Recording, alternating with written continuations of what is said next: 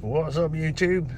Today we're working on a CHRYSLER 300 3-litre V6 turbo. I'm going to show you a little trick on how to get rid of your lightning bolted doom, which is a P2015 code.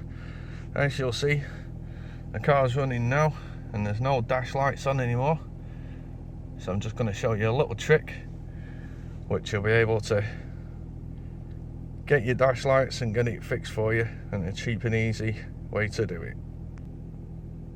First of all, you're going to need to buy one of these, which is an OBD2 enhanced code scanner. You can probably get it in the US for about $20. In Europe and UK, you're probably looking around £13 for the scanner, which will tell you obviously what the code is, but you'll need this obviously at the end.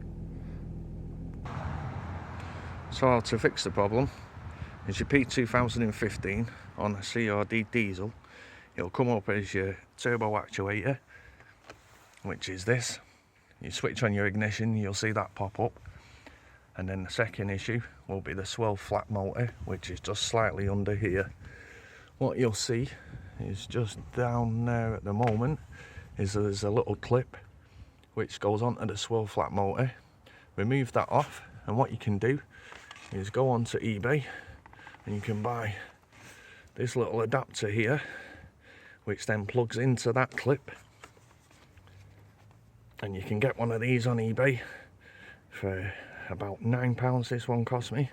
I've taped it in so it doesn't obviously fall off, but then your lightning bolted doom comes out the limp mode, and hey presto, it's all working perfectly fine again. So that's how you remove your lightning bolted doom and get your motor up and running, and it saves you hundreds of pounds.